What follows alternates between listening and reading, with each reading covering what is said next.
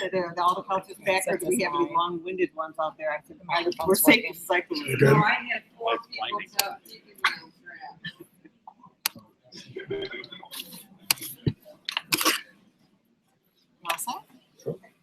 Good evening, everyone.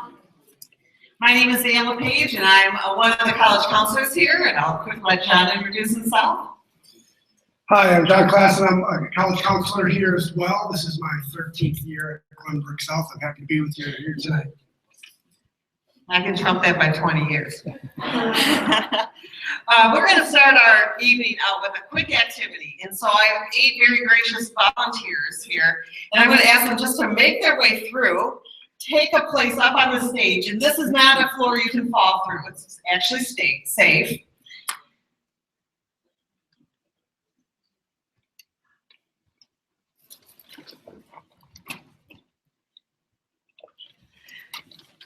And what our volunteers have in their hands right now is a sign which indicates a grade point average.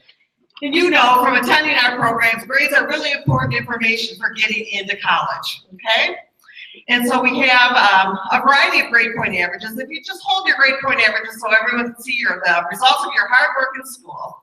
And while you're holding those up for everyone to see, you might want to scan the points that are on the back of yours. Just scan them, because I'm going to be asking you to do an action here depending on whether or not this statement is on the back of your form. So one of the things that we intend to do with this evening's program is give you illustrations of things that matter for college admissions. You know, what is the game, the college admissions game? What does it take to get in?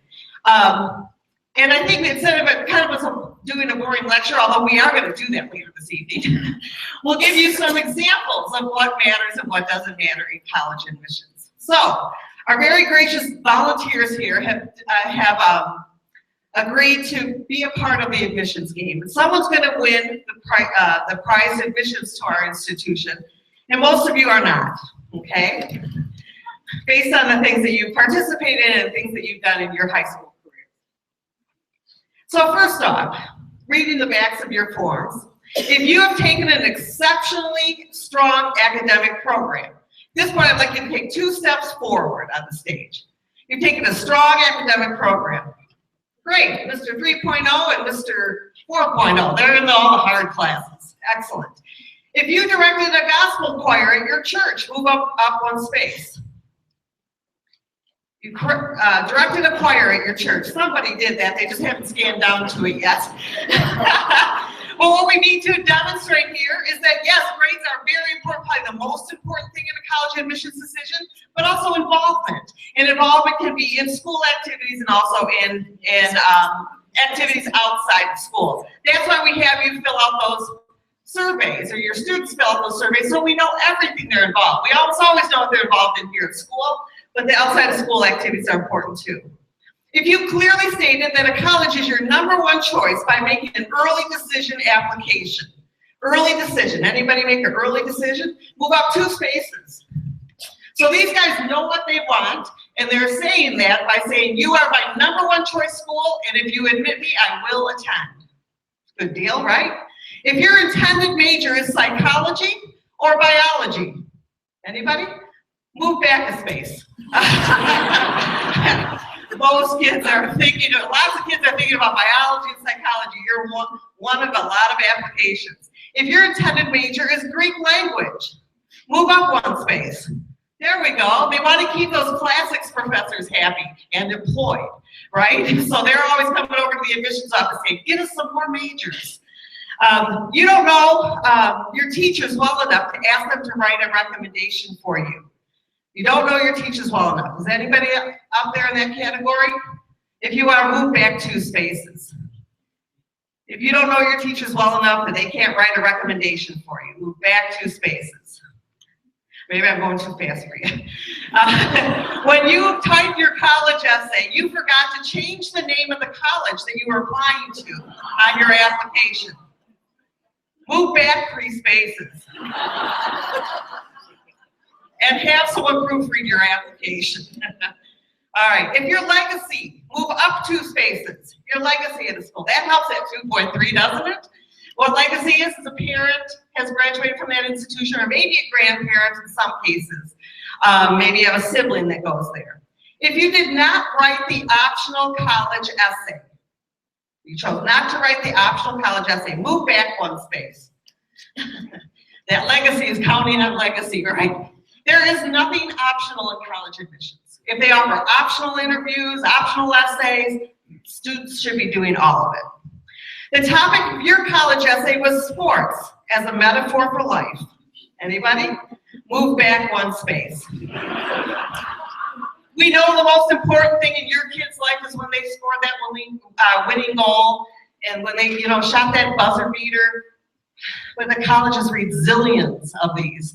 We're going to encourage them to write something else, or write how that's changed them as a result of scoring that. Okay, so we'll help them with that though. You wrote the essay of the year. It's the one that they passed around the admissions office. Everybody loved it. It was just outstanding. Move up 2 spaces.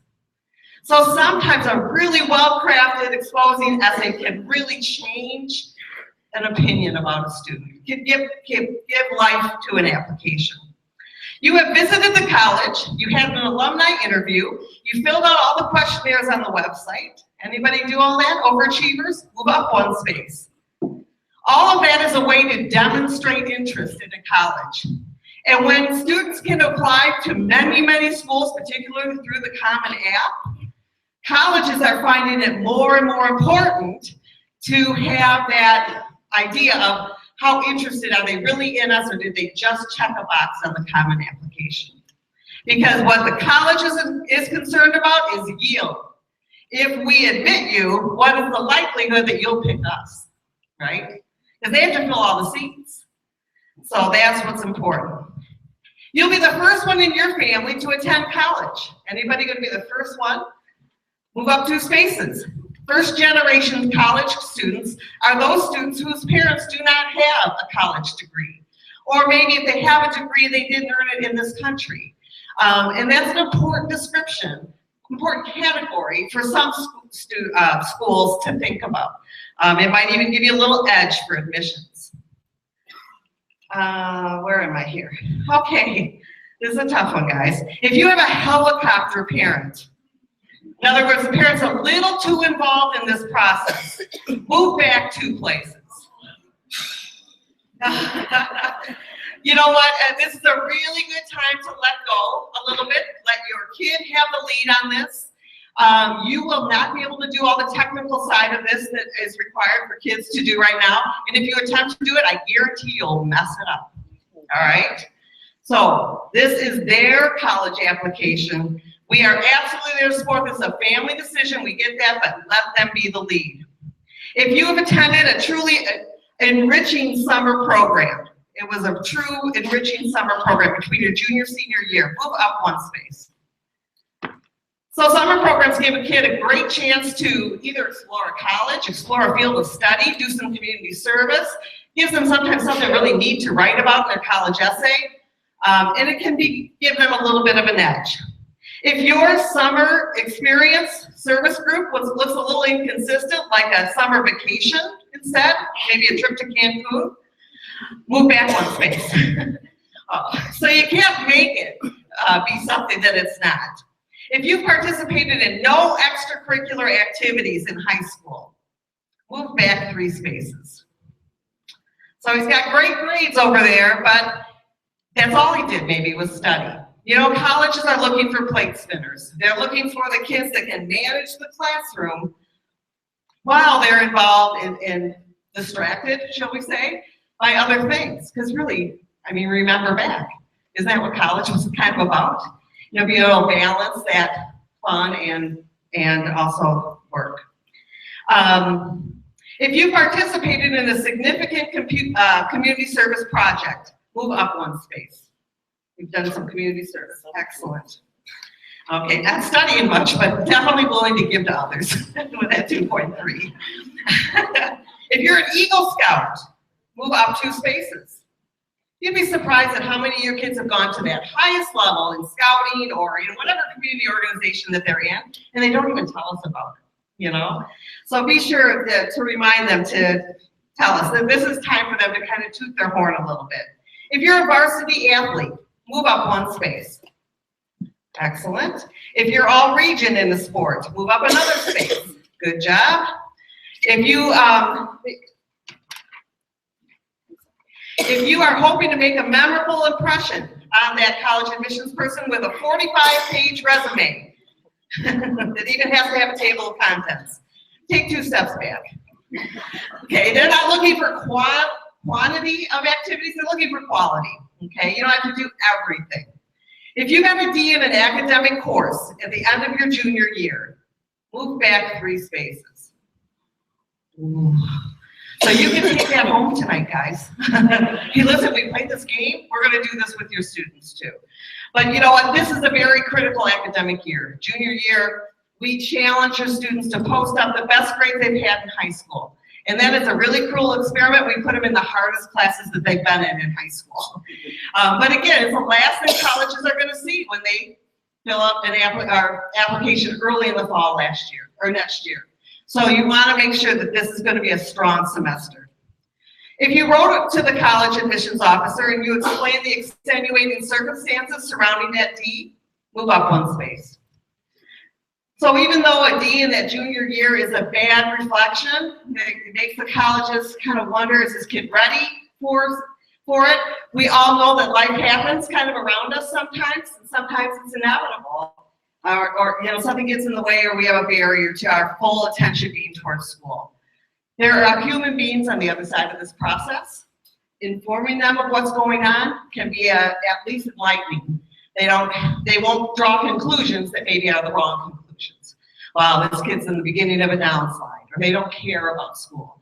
Or maybe, well, you know what, the family is going through some really hard times during this particular semester. So make sure that we will encourage your kids to be honest.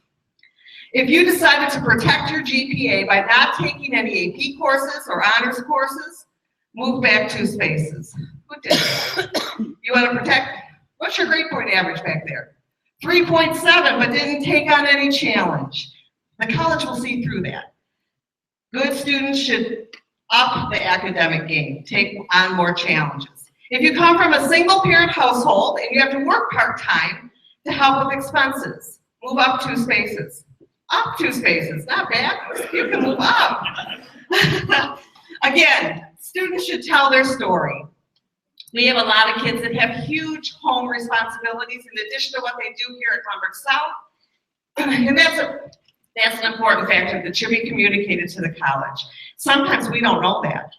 And so feel free to share that on your parent posts too. You have a non-flattering video of your pre-prom party posted on YouTube under your name. Move back 2 spaces. You know, these kids all think, oh, they'll never find that. Well, I'm going to tell you, and you can tell your students, the average admissions counselor is younger than John. Okay, they're young, they're right out of college oftentimes, and they know social media, and they find things all the time. This is time for your kids to clean up their presence, their social media presence. If you plagiarized your U.S. history paper and got caught, anybody do that? I'd like you to give me your grade point average. You go sit down. You're not getting in our college. I'll collect that grade point average. This is when it gets tough, guys. You know, it's a tough game. Okay. If you applied early decision or single choice early action at a school, and you've done that at more than one school, anybody have more than one early decision or single? Oh, that's totally unethical. You'll take your card and you're out of the game. Remember, early decision, if you say your early decision and they accept you, you're attending there. So how can you have more than one first choice? Okay? If you used an internet editing service for your essay, kind of one of those, here's a winning college essay sites, and the admissions officer has read it before, that's called a little too much help. Anybody do that? You're out of the game. 3-7, you could have written your own. Shame on you. You get caught drinking at a campus overnight visit. Oh, thank God. You're out. Believe it or not, no, I won't go there. Please, of course, they need to have good behavior when they're at orientation and all those overnight visits. Now they make the parents go to them. Dreadful. When you word processed your college essay, you forgot to change the name. You said, that's why I really want to attend Madison, and sent it off to Marquette. Ah, you're out. They'll say, have fun at that other school.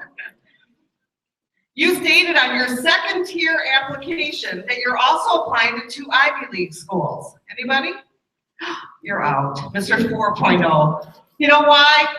And again, this is a little bit of an exaggeration, but what do they think about their application? Only if they don't get in. Those other ones, they're not a first choice. So they'd rather look at for someone who's really looking at that as a first choice. College X receives a deposit from you, but it was made out to College Y. So College X calls and learns that they have also received a deposit from the student. They've double deposited. Anybody do that? You're out. Another one of those ethics things. You can only attend one school. That means you only deposit at one school. You're taking the spot at that point. Last but not least, Ms. 2.3. It just happens to be that the college library has the same last name as yours. It is not a coincidence. You're in. You got admission. Woo-hoo!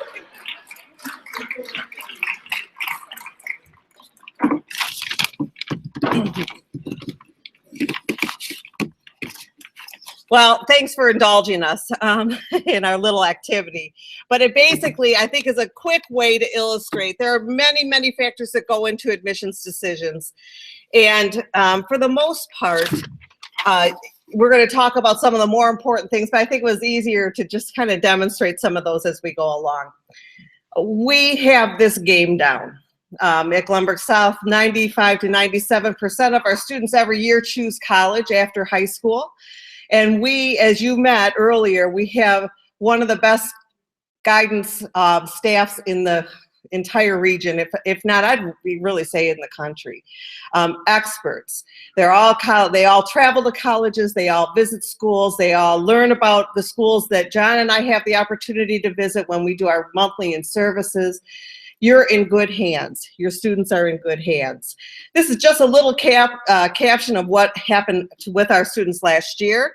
They applied to 560 different institutions across the country and ended up attending 246 different ones. We even had 2 that chose international schools. On average, our kids are applying to 5 schools. You know, we always kind of recommend 2 at that regular level, 2 at the likely level, and 2 at the reach level.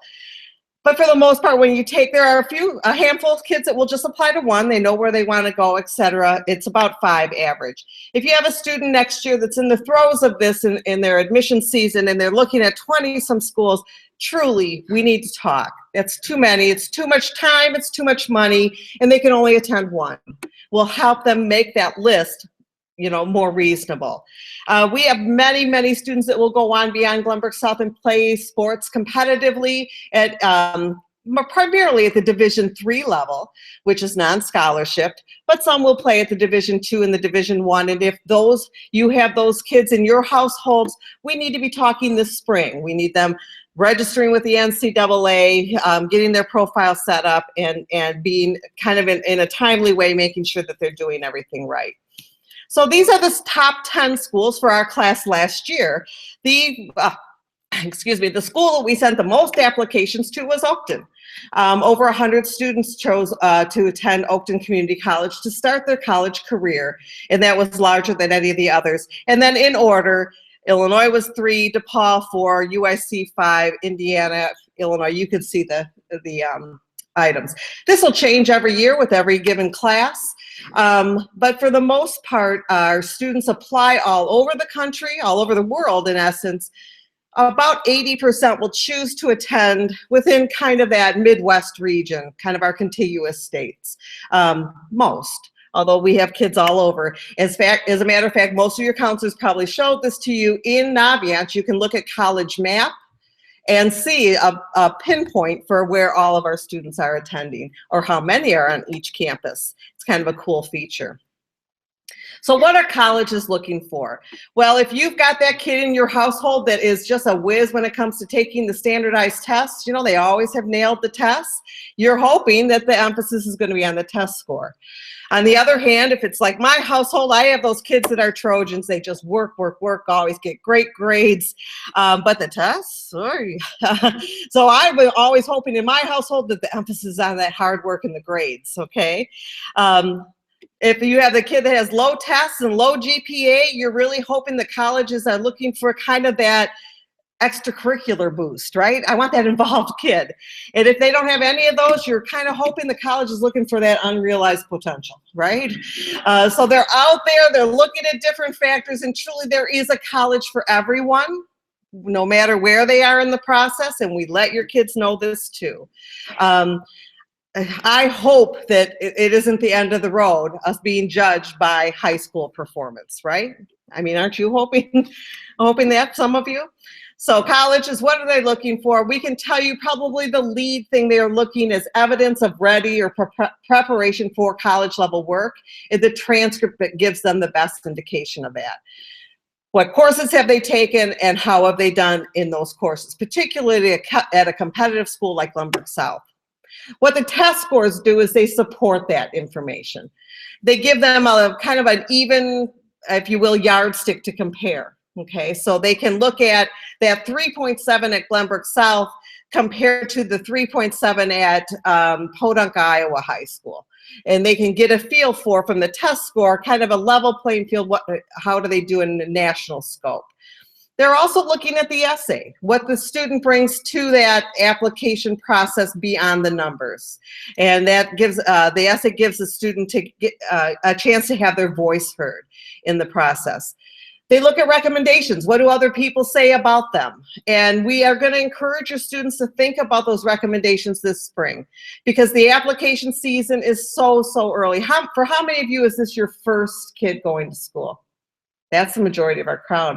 And for those of you, you've been there, done that before? This is not your first? Okay, just a few. And for how many of you will this be your last? I have a junior right now in my household too. I can't smile big enough, except for I'll smile bigger. I think it's 6 years once he's done, right? But the season is very early. Really, it's as soon as they get back in their senior year, and probably they're not going to know their senior teachers well enough to ask for recommendations. So they should be thinking about who they're asking of their junior classes, maybe even a sophomore academic teacher kind of this spring. And again, we're talking about this with your kids in February. Their extracurriculars are important because it shows, again, their ability to balance, and colleges are looking to fill their seats with interesting people. They want an explanation of any drops in grades, and they're looking to build a class. So that's where special talents, etc., come into play. So we asked your kids to look at their grades, and it's now time to do that reality test. So taking a look at the data that's there, and there's so much information for them to look at, and to be realistic about it. You know, I will have kids come in all the time, John, you have too, in our office to say, you know what, I'm really turning it around right now. We're like, better late than never, right? So it's good if they can show or establish an upward swing, but they have to sustain it, okay? So if you have that kid where the light bulb went on this year, that's awesome. Encourage them to keep that path. It gives their counselor something to write about, and gives the kids something to write about. You know what, I was a late bloomer. I had maybe my priorities not completely straight starting out. Colleges will look for improvement. So the tests, am I still going, or is it your turn, Jen? Okay, thanks. Give me a heads up when it's my turn to stop. The ACT, or the college entrance tests, are an inevitable part of the junior year, okay? Students will take them in the spring of the junior year, so coming up this second semester. There are two different college admissions tests. They're competing companies, you know, the ACT and the College Board, which writes the SAT. Both can be used for admissions. They are a little bit different. Our advice is strong test takers, kids that don't freak out about tests, probably should take both. One may be, you know, suit them a little better than another, and then use their highest for college admissions purposes, okay? they really should be talking with us, with their counselors about this pattern. So those are the two different tests. Most of our kids will take the ACT more than once. And we know the inevitable will happen, and when they take it more than once, they usually do better on subsequent tests. They will submit their best scores to the colleges. We do not keep ACT test scores on our transcripts or in our school records. We have them information on them. We plot it in Naviance, etc. But it's the student's responsibility to have their test scores sent from the testing companies directly to the colleges. It's their property. They authorize which ones to be sent.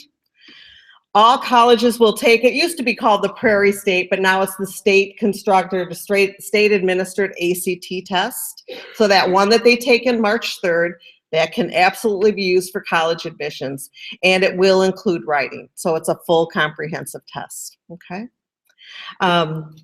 The rest of the testing season, really the spring of the year is the best time for kids to take tests. It's when they're most prepared for these. It's no secret that our test scores are strong in this district, and the reason is that the work that they do from 8 to 3:15 is supporting that. So as they get through this junior curriculum or significantly through it in the second semester, that's when they'll be at their best for testing. The ACT will be given nationally on February 7th, April 18th, and June 13th. June 13th, we happen to be a test site for that. And the SAT will be given nationally on the 14th, May 2nd, and June 6th, and we're a test site for those later ones. If we're not a test site, they can take it anywhere. They register through ACT.org. And there's a million schools around here. They can take it whatever one's closest to their address. Test prep, is everyone doing it? Well, I'm going to tell you, and we tell your students this, the best test prep is doing a great job in their classes. If they're paying attention and they're doing their homework, that's really all they need to do to prepare. But this is high stakes. It's something that makes kids nervous. They want to be able to have their best presence in that application, reporting the test. And so some kids feel like they want to do a little extra in the area of preparing. Now, you can't turn a corner in Glenview and not find a test prep company out here. And they are, almost all of them are for-profit. Okay, and the ones that you're going to hear about here at Glenbrook South are not for profit. Okay, they're the only ones we advertise. So we have our Glenbrook courses, which I believe have started. They're here in the evenings, and they're offered, and they will end right before kind of that state constructed test. One-to-One Learning Center is a not-for-profit organization in Northfield, and we have contracted with them for the last 4 years to offer test prep here on Saturday courses and Sunday courses. Students can still sign up for those. We have a link to their website on our website. So it's $350 for an 8-session course, which includes a pre-test and a post-test instruction and lots of materials for studying. As far as the community-based test prep that's out there, caveat emptor, let the buyer beware. You need to do your homework and find out. They range in prices that are, per hour prices to thousands of dollars for the course. Again, we don't endorse any of them in particular. Just do your homework on them. And last but not least, anything a kid can pay to do, they can do for free if they use the online resources through ACT and College Board. ACT, we have a link in your Naviance account to the ACT free test prep, and the College Board uses the Khan Academy, and all of that is free. But I'm on my 4th kid in this process. I don't know, they're on their computers all the time, and I always say, are you on that test prep site? They always say yes, and I know they're not, but anyway. You think if they would just spend 20 minutes a day, oh well. The essay, we're gonna give your kids help with the essay option. But what the essay does is it allows this college to really get a feel for the personality of that student. It is also a sample of their writing, so it should be well constructed. And it gives them, again, an insight into what makes them tick, what's important to them. We will have workshops here in the fall in their senior English classes, and we have a writing tutor that will be in our college and, in our TLC in the fall for your students to have individual appointments. So again, there's lots and lots of help around that college essay piece. Outside of high school, we want kids to be engaged and involved, and we know they're happier when they are, and they tend to do better when they are. But it also is good testament to, I can balance things in my life, and that's important for the college to see. It also might give them insight into a career area or, you know, something that they want to continue to be involved in the college setting. So encourage the activities. I sometimes get a little nervous when parents are like, this is an important year, drop all your activities and just focus on your studies. You know, our evidence is they do better in their classes when they're busy, when they're involved. So it makes them happy, keeps them out of trouble. And it's the depth of their involvement, not the breadth of that involvement. And students or parents will always ask us, what's the best activity? There isn't one that's best. It should be what they're interested in. If they really do like the cheese club, they should be the president of the cheese club by their senior year. So that's basically what that's saying. And last but not least, the teacher and the counselor recommendations. You learned about how to get prepared. Your student could get prepared for the counselor letter recommendation by doing our surveys in the Naviance account. And teachers really should be an academic teacher. That means from one of the 5 academic disciplines: English, math, science, social studies, or world languages. It doesn't have to be tied to what they want to study. I sometimes have kids tormented. Like, I want to be an engineer, I want to go into science or math, but I really think my English teacher knows me best. That's fine. Have your English teacher write that recommendation. It doesn't necessarily have to be from the teacher that graded them best. Sometimes it can be where they really struggled, you know, and they had to go the extra mile to do a good job. That can make a pretty compelling letter of recommendation. So we'll talk with kids about that, but they should be thinking about that this spring. I'm going to turn it over right now to John. He's going to talk about some really important things to think about as you're starting to do what we call finding the fit. What schools are right for your student? So I think one of the biggest challenges that we see with the college selection process is, where do you start? There's 3,000 or more schools out there. Where do you start the process? What types of things are you thinking about as you begin this process? How do you narrow that down? So we've come up with the 5 Ps, and I'm going to talk a little bit about these. We're going to start with preferences and then talk about program, place, people, and price. But hopefully it gives you a little bit of a roadmap as you start this process. So as we talk about preferences, and I think we should probably have a picture of the Ohio State University, Michigan State, so I apologize to all you Buckeye fans out there. But one of the things that you can think about is size. Do you want to go to a big university like Michigan State, or do you want to study at a smaller university like Ripon College, which is a liberal arts college of 963 students, alma mater of Harrison Ford? So again, you know, what's your preference? And then a lot of students, they haven't been on a big campus, or they haven't been on a small campus. The only thing they'll attribute to a smaller campus is, well, it's smaller than my high school, so I couldn't possibly go to a school that's smaller than my high school. But there's big differences. Private versus public. Again, you know, do you want to look at a private school like Carleton College in Minnesota, or a large public like University of Wisconsin? Both have advantages, both can have some disadvantages.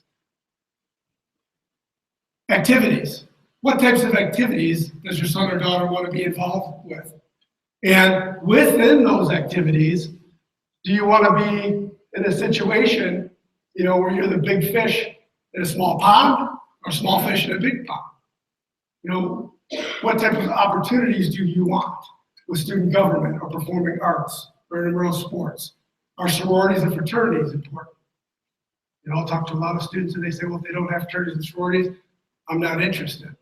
So again, we're looking at what types of opportunities are available, and am I going to have an opportunity to participate in those particular activities? You know, if I want to be I want to write for the newspaper, if I go to a large public university, am I going to have an opportunity to do that, as opposed to going to maybe a smaller liberal arts or private school? Athletics. Do I want to participate in athletics? And I know we had talked before and showed the statistics in terms of students that we had participate in athletics at the collegiate level. You know, that could be at the Division III level, certainly could be at the Division I or the Division II level. If your son or daughter is Division I or Division II athlete, there are some steps that they will need to complete here in the spring and make sure that they talk to their counselor so that they complete those steps. And right now, you know, as we get into the junior year, a lot of the questions asked, what's your major? And I know the counselors before in their presentations, they talked a little bit about the why colleges. We start to look at what do you want to do? And we certainly try to instill upon the students a direction in terms of a major, but we all know that that major may change, certainly when they get to the college or university. But when we start to talk about programming, we look at what types of things do you want to do at the college level? Well, if you decide to do engineering, you can certainly do it at a big university like University of Illinois, or you could do it at a small college like Carnegie Mellon. Both excellent programs in engineering. Fine arts, if you want to participate in music, you can participate at Oberlin College, Ohio, or Lawrence University in Wisconsin, both with excellent music conservatories. Study abroad programs, is that important? Most student schools are going to offer study abroad programs, but some may be more specific than others. And if that's important to you, you certainly want to talk to that college or university about what types of programs do they have. I put up here a couple of examples. Marquette has a wonderful program where students study in Madrid for a semester. And certainly Loyola University has a great program in Rome, Italy, where they study for a semester. And this is a big thing at a lot of schools. You know, they'll tout their study abroad programs. But if that's important, you want to ask them, what percentage of your students study abroad? Do those credits come back? You know, am I going to have to go an extra semester or an extra year if I study abroad? So what opportunities do you have available? So study abroad is another thing as you start to think about those colleges and universities out there. What types of programs do they have? One of the programs that I think is sometimes underutilized or not thought about are the honors programs at several different universities. And these are highly selective programs. The requirements for many of these programs are well above what the university standards are. But these are great opportunities. And I just put a couple up here: University of South Carolina, University of Texas, University of Kansas, Penn State. These are some of the top honors programs offered at these universities. And with that, you get smaller classrooms at these larger universities, access to wonderful professors, special projects and research opportunities. And so that's another question that you might want to ask as you start to look at these different colleges in terms of programs. What types of opportunities are there in terms of the honors programs at these different colleges and universities? I know Ms. Smith is going to talk a little bit more after this program about programs for students with learning disabilities. Again, another program at some of these different universities. And then there's some special programs, some programs that are outside the box. I think one program that's very unique are 3-2 programs in engineering. And Illinois Wesleyan happens, which is here in Illinois, about 2.5 hours south. It's a small liberal arts school, very selective liberal arts school. But students can go to Illinois Wesleyan for 3 years and get a BA, and then go 2 years to a variety of different schools. And I just put WashU up here because it's one of the most selective engineering schools in the country. But they're guaranteed admission to WashU after 3 years, as long as they qualify and continue to keep the curriculum and the grades within that curriculum during those 3 years. Are automatically admitted into Washington University. So this is a great opportunity. Case Western is also on there. And it's not just limited to Case Western and WashU. There are other schools that students can do a 3-2 at from Illinois Wesleyan. But they can have that small liberal arts experience and then transfer after 2 years. And again, have that BS in engineering when they're done. Another program is at Union College, which is Schenectady, New York. So again, a small liberal arts college. They have an 8-year medical program with Albany Medical College.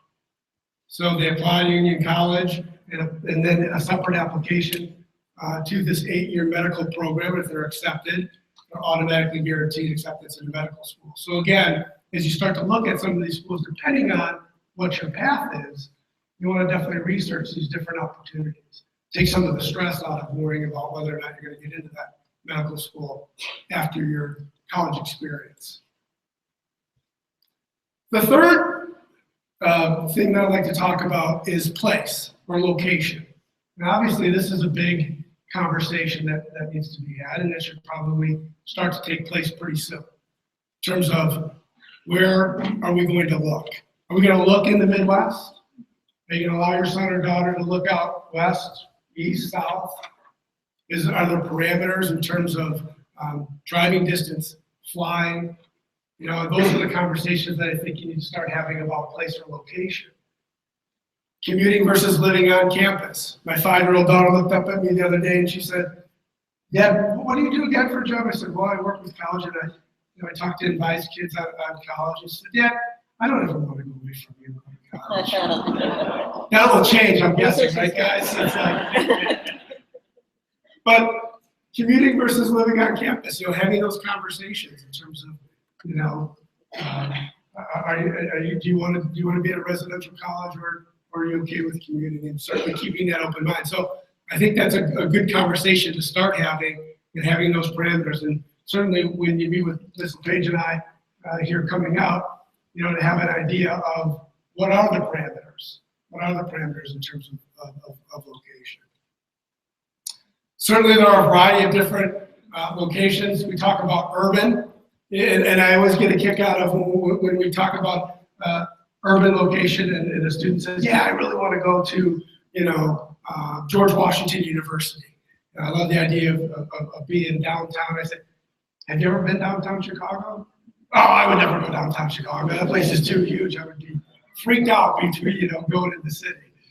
You know, and so I said, well, maybe you might want to, you know, head downtown and walk around, see if you feel comfortable with that first before you go to somewhere like George Washington, which is going to be smack dab in the middle of Washington, D.C. So again, you know, to have those conversations, but we have a lot of students that want to be in that urban environment, a place like Columbia or DePaul or George Washington. Or do you want to be in a more suburban setting? I think all of us would probably like to be in that middle picture, though. That's Pepperdine and Malibu. That's a nice place to be right about now. And so again, to look at some of those suburban settings like Northwestern, Butler University, or again, Pepperdine and Malibu. And then certainly the rural. And when you think about University of Illinois, you know, it's certainly a rural campus, but it's certainly a campus in itself of, you know, many students. And, you know, that suburban setting is another opportunity. Grinnell College out in Iowa, University of New Hampshire. So do you feel more comfortable in that rural setting? Let's talk a little bit about campus visits. So once you identify some of these schools, and certainly again, this page and I will help with that, what do you want to do with those colleges? The next step is certainly a campus visit. And I would say most students, when I ask them, what finally made your decision? They will say, it was how I felt when I was on campus. So to that, I would say, if you want them to stay close to home, take them on a nice sunny day to a school that's within 2 hours. And you'll be in pretty good shape, okay, or an hour.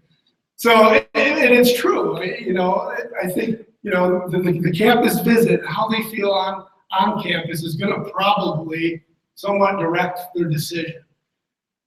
So again, when you get on campus, you'll get an opportunity to feel that campus style. What does that campus feel like just initially when you get on the campus? What do students look like? What are they wearing? You know, are they wearing sweatshirts and jeans? Is it a more formal campus? Are students dressed up all the time? Does that seem to be a big deal, you know, for students? So yeah, I think you get a real good sense when you step foot on that campus and you take a look around and see students. And I always tell students, the best place, go to the cafeteria. Okay, because I think that's when people kind of let their hair down and you get a good idea. Students are talking and you get to see how students treat each other. I always think the cafeteria is a wonderful place to go and visit. Certainly academics, you know, you have an opportunity to visit some of those classrooms, sit in on a classroom and get a real good feel for the academic flair at that particular school. has to offer. And then, of course, the social life. When would I make those campus visits? Definitely during the school year, when school is in session. I think it's very important to make sure that you visit the school when the school is in session and the student has really an opportunity to see what that looks like. You know, if you go in the summer, it's okay if that's your only option, but you really want to go while school is in session. And one thing to remember, most schools, most colleges and universities are done usually that first week in May, you know, and so sometimes I think students say, well, I can visit towards, May in June, but they're usually done that second week of May. So you really have to plan accordingly. Our spring break can be a great time to go visit colleges. Our spring break usually is much later than the college spring breaks. So our spring break is a great time to go and get on campuses and visit. And then there's a lot of different campus visit days, typically coinciding with some of the days that the high school might have off, like maybe Martin Luther King Day or some of the other institute days that we might have. The college may or may not have those days off. So they'll typically do programming on those days. So, and those are great days to go to because they're really going to showcase the school, the programs, those different things at the college that you get to see. So, again, campus visits. When you get there, who do you want to see? Certainly visit the admission office. And sometimes I'll get calls, from parents to say, who do I start with? We always want to start with the admission office. You can call any admission office. Certainly, the smaller the school, probably the more detailed tour you're going to get. The bigger the school, you might have to wait and go on some bigger tours. But you can always call the admission office and ask them, when their next visit date is, or if you can have a meeting with an admission officer. And I know Ms. LePage talked before. If you have an opportunity to sit down and have an interview with an admission officer, which I think when we were doing the game before, take that opportunity. Any of those connections that you can make with those folks in the admission office is in your benefit. When they start to read those applications and they can put a face, with that piece of paper, that's to your benefit. So I highly encourage when you go to campus, if you can do an interview, to do an interview. Not all schools will do that, but I highly recommend you take advantage of that. And then certainly you can visit the financial aid office if you have questions. When I worked in admissions at Lake Forest College, we worked very closely with the financial aid office. They're a great resource. If you have questions, you can always pop in there and certainly ask those questions. And then certainly visit classes. I highly recommend asking, can my son or daughter sit and visit a class? I think that's a really important opportunity for your son or daughter. Especially if you're going to go visit a big school and have them sit in a class in a big lecture hall, and then go to a small school and sit in a class of 6 or 7 in a discussion type setting at a small liberal arts college. Speak to students other than your tour guide. Again, I worked in college admissions, so I understand kind of the college admission game, and so we would round up the best kids who talked very highly about the school, and we would send them out with you when you come and visit. So, and again, I think it's important for you, and again, the cafeteria is a great place to do this, but talk to some other students on that campus to get an idea of what they like about that campus. What do they dislike about that campus? Kind of go off the beaten path a little bit in that tour guide. Certainly you want to take a look at the facilities. What type of shape are the facilities in? Is there any building going on that particular campus? There's a lot of, especially, in the amenities section for students these days. It always gets better when you leave college. I know University of Missouri has added a lazy river in their what is that? Their health center. And so again, facilities, you want to definitely take a look at that. Dorm rooms, make sure that the dorm room that the tour guide is so nicely showing you is the dorm that you might have the possibility of living in. And if it's not, ask to see those rooms so that you get a genuine idea of what the living conditions are going to be. And then certainly the community around. I always like to pick up a newspaper and just kind of thumb through the campus newspaper. I think that's a great place to get additional information. And then certainly transportation. How do you get around the campus? If it's a large campus, is there bus service? Are there shuttles? I know we went up to Marquette just a couple of weeks ago. They have a limo service, not actual limos, they call it a limo service, but it's a taxi service that drives students around. And campus safety, those are all very important things that you're going to want to ask when you're on campus. Getting started, where would I get started? You don't have to fly out to the East Coast to take a look at a small private school. You can start with a Lake Forest College or North Central College, which is in Naperville. Lake Forest College, obviously, is Lake Forest. These are 45 minutes away, both these schools. Those are great places to get an idea of that small liberal arts school. Take your son or daughter there, have them sit in a classroom. If they like that, then you can start to look at maybe some of those schools that are farther away, but this would give you a nice flavor locally. Large public, you can go to University of Illinois or Northern Illinois. If you want to look at a school in an urban setting, UIC or DePaul. Mid-sized suburban, Northwestern or Brad. So these are all great starting points for you. And you don't have to go really far away and spend a ton of money looking at those schools.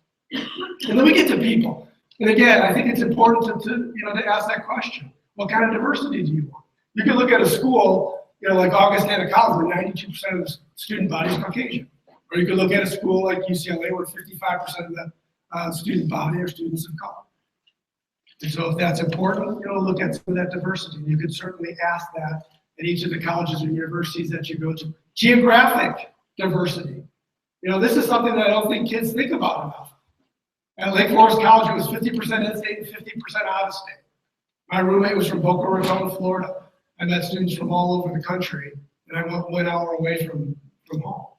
And so I think that's something that's important to think about. Not all schools will have that geographic diversity. Illinois Wesleyan does not have that geographic diversity. University of Wisconsin Green Bay does not have that diversity. Okay, Mount Holyoke College, on the other hand, does have that diversity. 79% of the students are from out-of-state, 15% are from foreign countries. And we definitely are seeing an influx of international students. And I think that's a goal of a lot of college and universities right now, is to recruit those international students. So again, you can have that flavor, in a small school, still have that opportunity to meet students from all over the country. And then religious affiliation. If you have a certain religious affiliation, whether it's Catholic or Lutheran or Evangelical Lutheran, again, if that's important, look at some of those schools that are affiliated with that. Last thing I want to talk about is price. Obviously, that's very important to everybody in this room. There are a variety of different tools which I'm going to show you in a second. But certainly when we talk about price, we want to take into account things like scholarships. And a lot of the big scholarships that you're going to receive are usually going to be right from the university. Your application will serve as an opportunity for some of those scholarships. Some of those will have separate applications for scholarships, but oftentimes your application to that college or university will serve as an opportunity for a particular merit scholarship. Again, there are also grants and loans in work study and obviously outside employment. There are some nice tools that you can look at to help you with this. The net price calculator, which is on every college website that you can access, will give you an idea of what the payment's going to be. After you put in your financial information, it'll kind of just give you an idea of what would you'd be available for loans and what your payments would be. And there's also the FAFSA Forecaster as well. It's a government-sponsored program. You can look at both of those programs when you have an opportunity, but again, it will give you a good ballpark figure of what the cost of that college or university is going to be. And certainly in the senior year, you'll fill out the FAFSA, which again will give you an idea of what your need is, what your cost basis for those particular universities or colleges is going to be. Some schools do require the CSS profile. That's an additional financial aid form that some schools do require you to fill out. And we'll talk more about that as we get into your senior year and go over that. I'm going to turn it over to Ann to just talk about a few more points. So this is our longest program. We don't want you to not come to the rest of them because it won't. This is our longest program. We're almost done with this part. After this particular part, we will open up for some brief questions, and then we'll release anybody who doesn't want to stay for the highly selective portion of our program, which is later tonight. So some quick advice. We're here to help. Our College and Career Center is where you'll find us, and Kathy Hargesheimer, who is our college Career Center technician. Our Naviance account, which you just learned about, you can access it from home via the guest privileges with the Password Titans. Huge resource, and your kids are in it all the time. We cause them to go in through their the guidance curriculum programs, and they're going to get a great dose of it in early February. We will have our huge college fair. We have it every year. This year it will be housed at Glenbrook North. We'll have over 225 different colleges there to talk with you and your students about opportunities on their campus from all over the country. April 9th, mark your calendar, starts at 6:30. You don't want to miss it. This is an extraordinarily important year for you to attend it. Our senior groups will happen early in the fall when your kids come back to school, where we'll give them the step-by-step, this is what you need to be doing right now to be able to be able to complete your applications in a timely way. And we will also have another evening for you during that night with some speakers that will tell you how to navigate this process with your son or daughter. What we did tonight, kind of in a nutshell, we're going to do with your students over 2 group meetings in the first week of February. So you heard it first, but they will absolutely hear it, in fact, in quite a bit more detail. When they meet with me first, me and John will do a college counselor presentation with all juniors, and then they'll meet with their own particular counselors for their second day of that group. There will be yet another junior group meeting later in March where we'll be working on them constructing that list of colleges they're thinking about in very specific ways. Okay. What should seniors or juniors be doing right now? First, they need to be focusing on their classes. This is a really important year for them to do well in the classroom.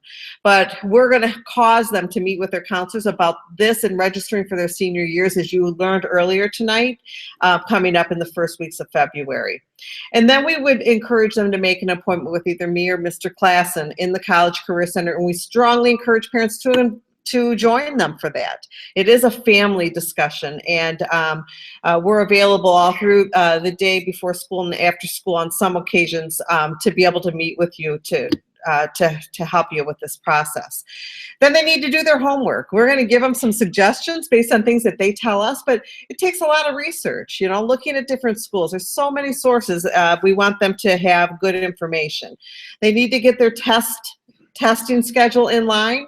For most of them, that will be taking an ACT and or an SAT, maybe once or maybe twice this spring.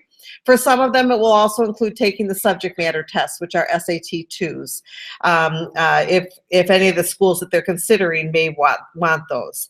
And then they need to start to think about those college letters of recommendation. Who are they going to ask? And we really strongly encourage them to ask them this spring, because some of the teachers will want to jot down, some of them will want to write over the summer, but some will want to jot down some of their memories of that student in their class. Other hot topics in college admissions, we know you have this book on your coffee table.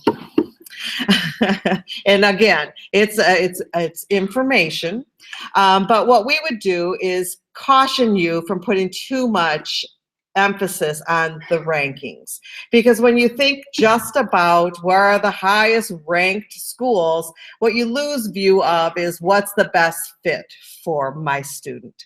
You know, again, I over my career doing this, I've had many parents saying, well, I would like you to tell me the top schools for this particular program of study, and I say, I don't buy the book.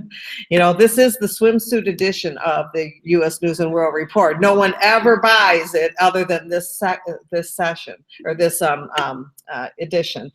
But again, it shouldn't be the most important. We know you're looking at it, etc. But again, if you can send your kid to the highest ranked school that they can get into for their particular interest, and if they don't fit there, if they don't like it, it doesn't matter. Right? So we really do counsel from that fit formula. Early programs, more and more people are doing early. I have a little bit of a bias about this. I think it serves the college a whole lot more than it serves your students. But the reality is the reality. Most colleges are admitting at a more generous percentage in the early game. And if you have a student who's 100% on their homework, they know without exception, this is my absolute top choice. And they know that because they've done their homework and they've done visits and they know it's the right place for them and they're willing to commit. And the second piece is, you know, you've got your financial house in order and you can afford that, because you will not have an opportunity to compare financial aid packages.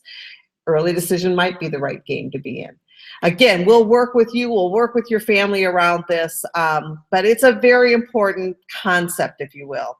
And last but not least, demonstrated interest. And we talk with families about this all the time. You know, going on a drive-by of a college campus is nice. You'll see the bricks and mortars, you'll see what the, you know, the buildings look like. You get 0 credit for being there, right? So when you are doing the college visits, we really strongly encourage you to go through the admissions office and at least know that, so they know that you've been there. I have a junior son right now, and I say to him all the time, hey, Greg, can we go maybe look at some schools? And he always says to me, I've already seen some. I went, oh, no. Just watching them on TV on a Saturday isn't seeing one. But you do want to, if you have an opportunity, visit schools and get credit for being there. There's lots of ways to demonstrate your interest besides a visit, because your kid will have you all over the country on these elaborate college tours. They can demonstrate their interest by meeting the rep at the college fair. They're going to take the names of the students that they talk with that name or night, by seeing the reps when they come to visit our school in the fall, by emailing the admissions office with a pointed question about a program of study that they have there. Those are all ways to get on that college admissions office radar. Some pointers for you: think about your kids' readiness factor. Yes, a good majority of our kids will go to college right after high school, but we know some of them come back real soon too, you know? And so if you really are working with that kid that it's just not right now, it doesn't mean that's the end of the road. There's lots of opportunities to enter this path. And so talk with us. We would be happy to help you, you know, assess that and really think about it. It's a very expensive adventure if you've got a kid that's not ready. Plan discussions around your expectations for this, and this is hard sometimes. You know, it's really not a fair experiment to let them have an open arena for anything, and then in the end game, pull it back and say, no, we can't have that. You know, we can't either afford it or we can't endorse you going that far or what have you. So again, honesty is the best policy as you work your way through this, and we'll help you be sure that your kid has a range of schools so we don't have casualties at the end of this process. Can I warn you not to take control of this? You know, if you do too much in this and then it doesn't work out when they're a college freshman, guess whose fault it is, right? I didn't want to go here in the first place. You made me apply here. I didn't even hit submit on this one. You'll hear it all. But again, this should be your son or daughter's process.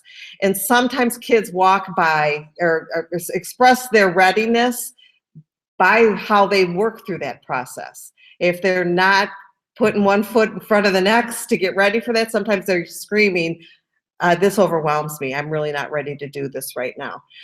Reassure them that you're going to be proud of them no matter what. This can be a pretty cruel road for some kids.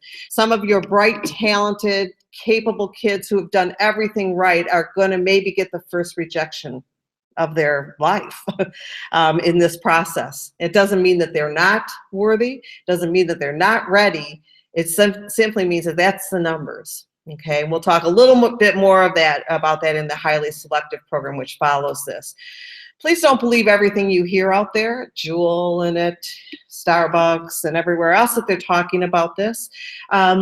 We don't claim to be experts in everything, but we have contacts that are.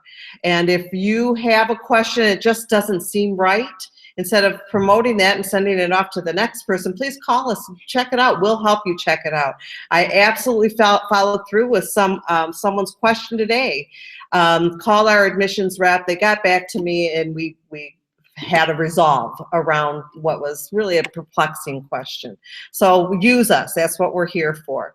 And remember, there is a school out there for everyone, truly. The community colleges are open admissions, and even in the four-year arena, there are very generous admission standards if your kid is ready to go on. So we feel that this process is successful when a kid really considers why they want to go as important as where. We're going to do a lot of work to try to get out of that bumper sticker, name on the sweatshirt philosophy, and get them really thinking about fit. You know, where's the best place for me to do this next 4 years? So that's it. We're going to open it up if you have any questions. Otherwise, what the rest of our evening is going to look like, and again, you're welcome to stay if you'd like to, we're going to do a presentation on highly selective school admissions. If you have a student who might be in that category, considering some of those most competitive schools in the country, feel free to stay around and we'll have a quick presentation. If you are exhausted and sick of hearing us, you can go home and it will be on our website tomorrow. So you can also watch it there. And then Julie Smith is in our Student Activities Center right now, and she will be conducting a session on college for students that have learning challenges, learning differences, and need resources in college. Again, her session will take place in the SAC. So good night for those of you that are done, and for those of you that like to stay or have questions, we'll open it up here in a couple seconds. Thanks. You're welcome.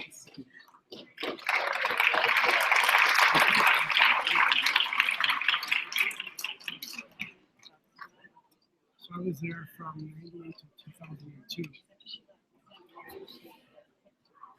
Names are very familiar. VOL. Oh, yeah, okay, yes. What time is it? It is 8:54. Yes, yes. Okay.